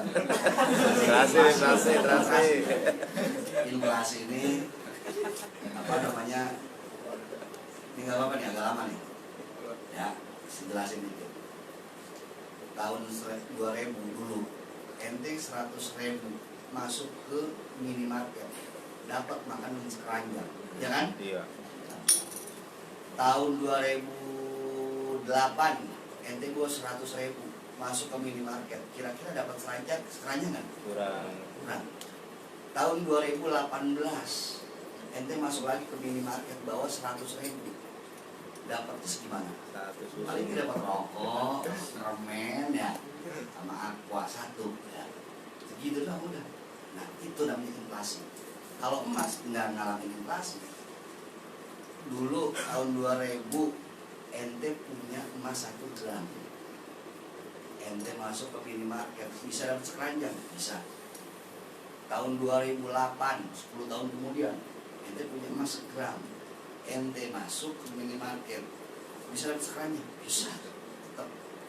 Tahun 2018 20 tahun kemudian masih punya 1 gram, maka nambah-nambah itu 1 gram.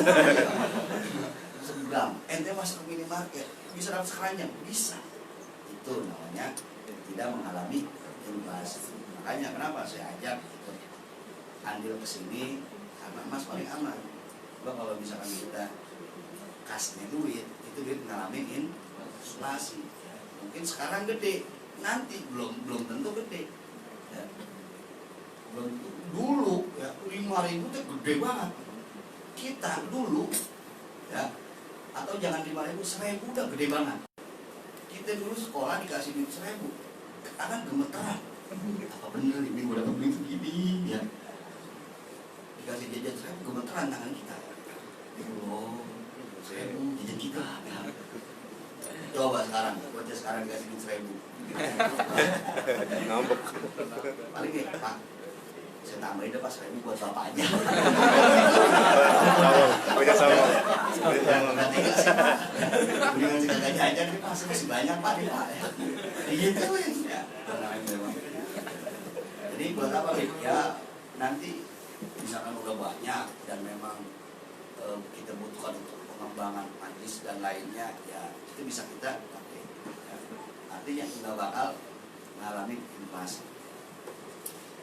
Itu saja. Alhamdulillah dari minggu kemarin sampai sekarang udah sampai 2,5 gram, kurang dikit, sekilo kurang dikit gitu ya, kurang dikit ya.